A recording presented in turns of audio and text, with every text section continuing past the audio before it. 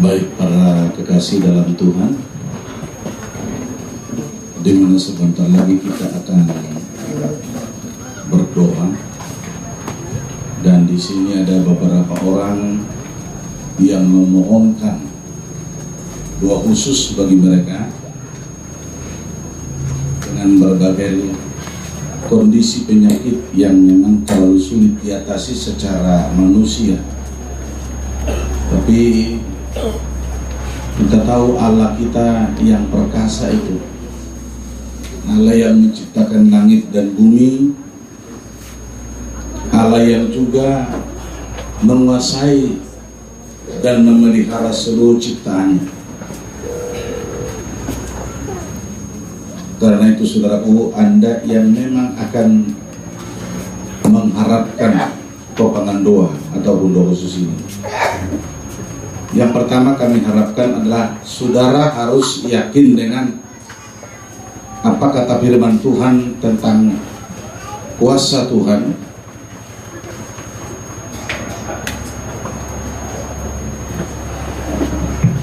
Satu contoh saya ambil di sini, Matius pasal yang ke-8. Sehingga waktu engkau memohonkan doa ataupun datang kepada Tuhan, harus kau dengan satu metode ataupun pengetahuan yang jelas, dengan pengertian yang kau miliki bahwa segala sesuatu mungkin bagi Tuhan kita Yesus Kristus. Saya bacakan di sini Matius pasal 8. Di sini berkata mulai ayat 1 sampai ayat yang ketiga. Demikian bunyi firman Tuhan. Setelah Yesus turun dari bukit, orang banyak berbondong-bondong mengikuti dia. Ayat 2 yang saya maksud, maka datanglah seorang yang sakit kusta kepadanya, lalu sujud menyembah dia dan berkata, Tuhan, jika Tuhan mau, Tuhan dapat mentahirkan aku, atau maksudnya menyembuhkan aku. Lalu Yesus mengulurkan tangannya, menjamah orang itu dan berkata, aku mau, jadilah engkau tahir. Seketika itu juga tahirlah orang itu daripada kustanya. Artinya pertama, ia yakin bahwa Yesus sanggup melakukan segala-galanya. Kemudian di sini dia dengan sepenuh hati berharap, sepenuh hati menginginkan. Jadi di sini katakan dia datang kepada Yesus. Tapi dalam Alkitab Lukas pasal yang ke-8 ada di situ juga pernyataan Tuhan ayat 1 sampai 8 bahwa seorang yang mengharapkan pertolongan dari seorang hakim lalim di sana datang dengan satu pengharapan kepada seorang penguasa satu negeri, disebut di sana hakim yang lalim. Dan dia katakan dalam hatinya, dikatakan oleh orang atau seorang ibu yang punya masalah ini, bahwa jika Lukas pasal 18 maksud saya,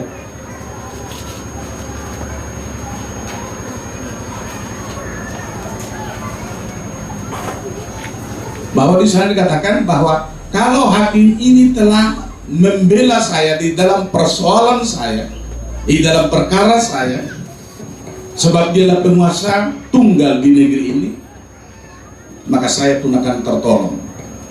Dan di sini dikatakan berkali-kali hakim itu tidak peduli dengan seorang janda yang berharap akan pertolongan ini. Tetapi kalaupun begitu, si janda ini berkeyakinan bahwa kalau saya datang terus, niscaya pasti terbuka hatinya. Kesimpulannya saudaraku, setelah berkali-kali si janda ini datang menemui si hakim yang tidak benar ini, akhirnya hakim ini berkata, daripada tiap hari dia menyusahkan aku, maka biarlah ku tolong dia, bahkan biarlah ku berikan penyelesaian akan persoalannya. Ini gambaran daripada siapapun yang datang kepada Tuhan Yesus dengan sungguh-sungguh, dengan perjuangan percaya, niscaya Tuhan mendengarkan. Dan di dalam Roma pasal yang ke-10, di situ ada firman Tuhan yang berbicara.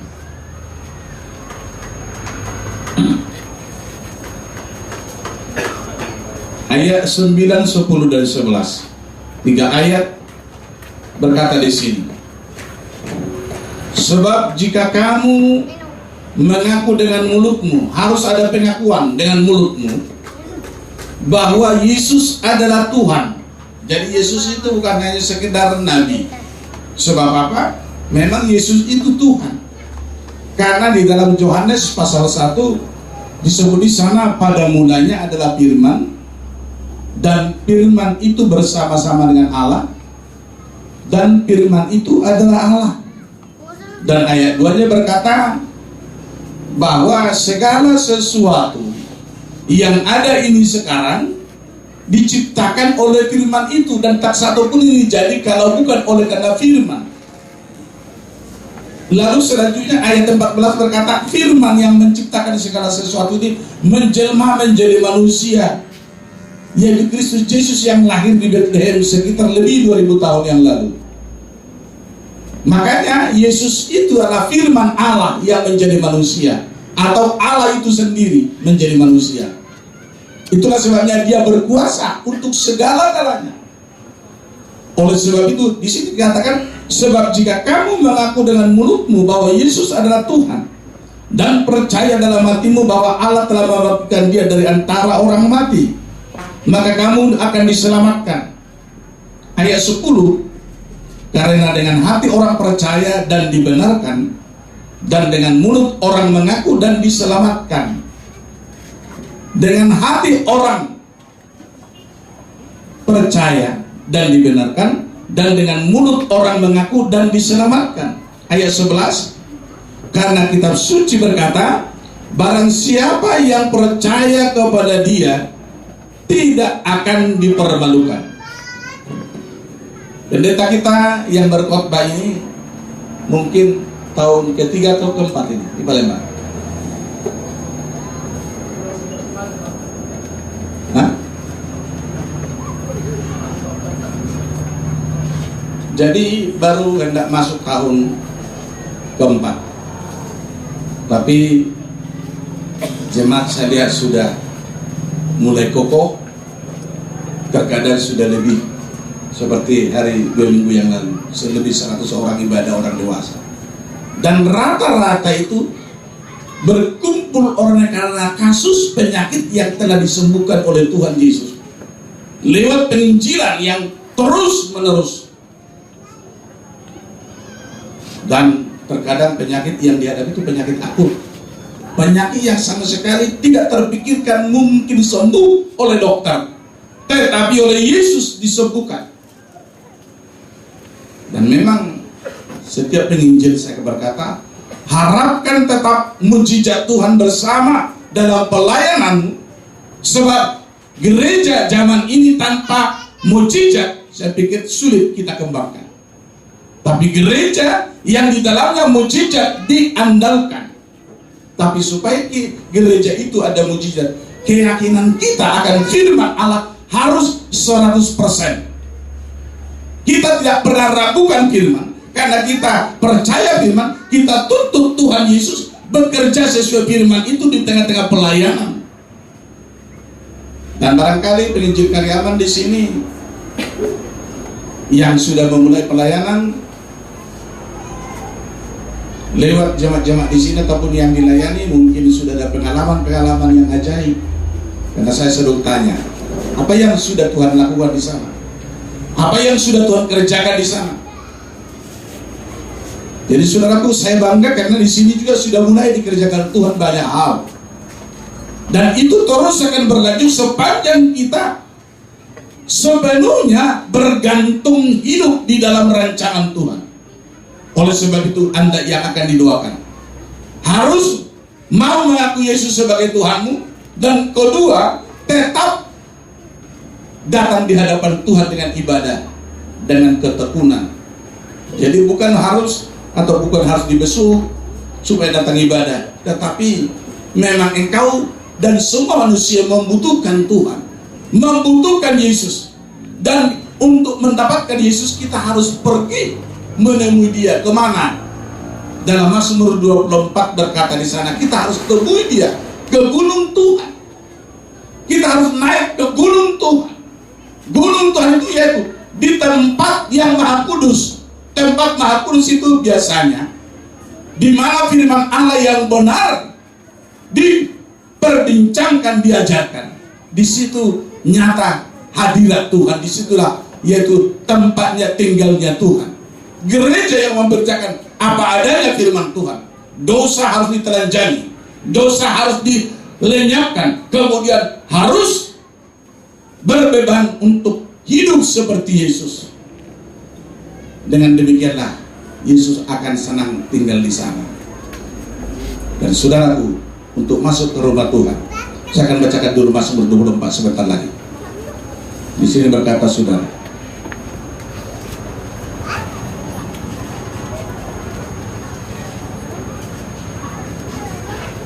mulai ayat 3 saya bacakan. Siapakah yang boleh naik ke atas gunung Tuhan? Siapakah yang boleh berdiri di tempatnya yang kudus? 4 ayatnya, ayat 4.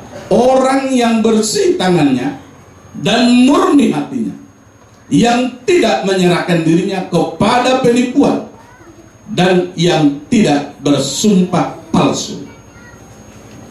Jadi orang yang hidup dalam Tuhan adalah orang yang betul-betul bertanggung jawab dengan apapun yang keluar dari mulutnya. Tidak ada kata lain. Apa yang pernah keluar itu harus dipertanggungjawabkan, kalaupun harus mengalami kerugian. Jadi orang yang benar-benar jujur, orang yang mau dikuduskan, orang yang mau menghidupkan hati jorohnya dipersembahkan buat Tuhan. Jadi saudara-saudaraku, di sini saya panggilkan beberapa orang yang memohonkan permohonan doa. Di sini ada berkata,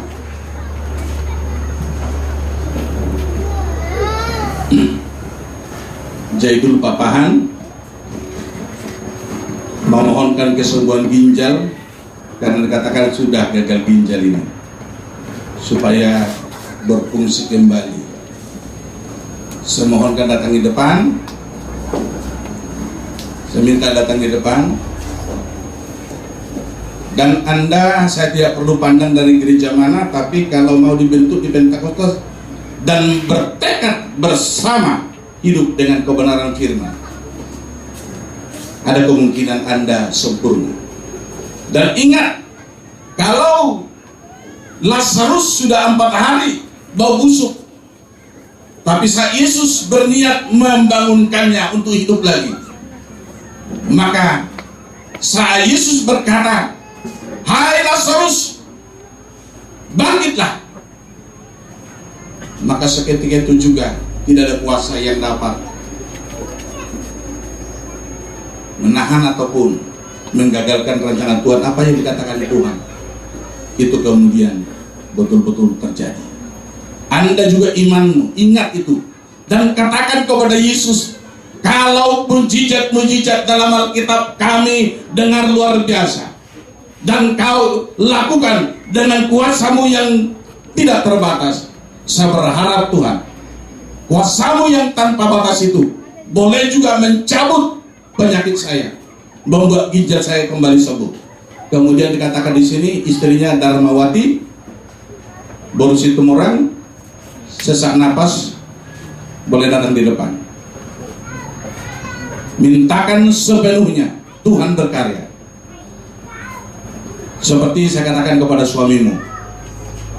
Kemudian ada El Rumah Horbo, di mana anak mereka diharapkan kembali ke rumah dan kembali mengenal Kristus. Mungkin sudah terbawa arus supaya kembali kepada Kristus Yesus Tuhan. Kemudian ada di sini Ibu Ruth Sri Atung, supaya disembuhkan dari penyakit komplikasinya. Penyakit apa komplikasi ini saya kurang paham, tapi artinya mungkin beberapa penyakit ada dalam tubuhnya. Tolong datang ke depan. Sembari di situ mulai tekad dan hatimu harus buka. Lihat dengan imanmu Yesus yang menciptakan langit, bumi dan segala isinya, bintang-bintang di langit dia atur. Tidak sulit dia juga menjamah ginjalmu hari ini. Tidak sulit dia mencabut seluruh persoalan ginjalmu. Dia boleh pulihkan saat ini. Ini Ibu Sriatum, Ibu Ruth Sriatum, tolong datang. Ibu Ruth Sriatum, datang ke depan. Ada orangnya? Enggak. Kemudian Korlen Gultom dengan istri Tuamin Turnip, penyakit darah tinggi, datang ke depan. Yang duluan berlutut di depan, mereka-mereka yang bikin permohonan doa ini dulu. Ini ada dari Korlen mengatakan kesembuhan dari penyakit mata. Ya. Oh, ini.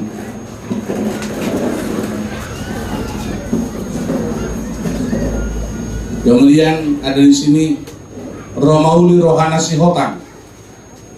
Romauli Rohana Sihotan.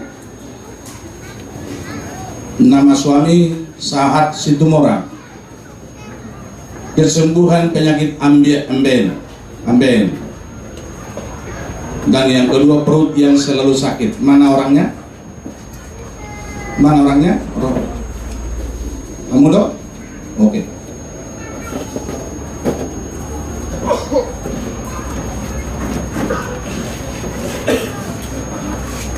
Kemudian Febrianti Gultom, penyakit epilepsi. Mana orangnya?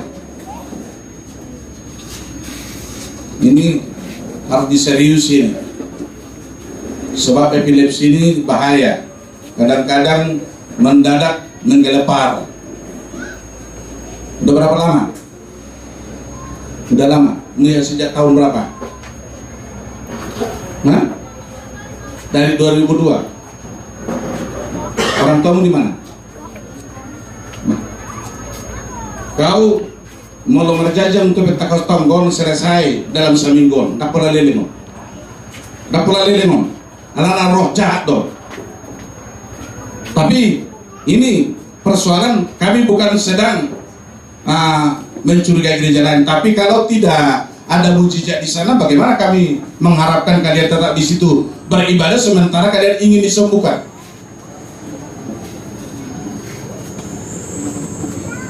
Kemudian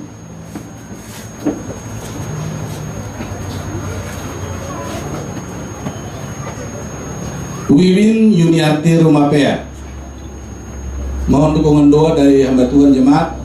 Sakit darah tinggi boleh sembuh. Siapa ini orangnya? Ini Ibu Rumapea ini. Siapa orangnya ini? Maju ke depan. Belum apa yang jadi buru baron, buru seberang.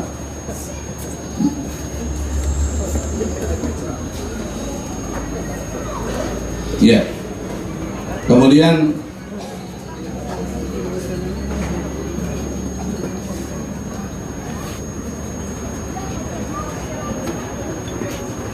Sabar Sihotan, anak saya tidak ingin pulang. Tolong bantu doa agar anak saya ingat akan orang tuanya dan ingin pulang. Mana ini? Nggak ada orang tuanya datang ke sini. Sabar Sihotan. Mana ini sini?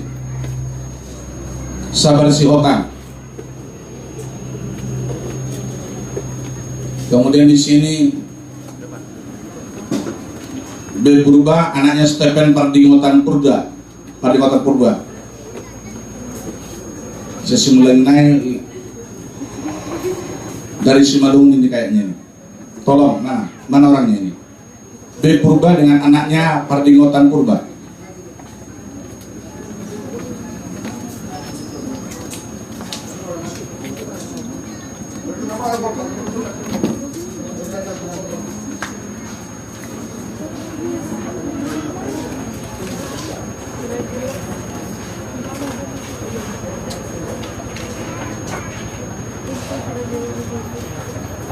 Kalau coba tidak kejumiahan, wereng kurang informasi dong mungkin kalau harusnya bawa minyak masing-masing.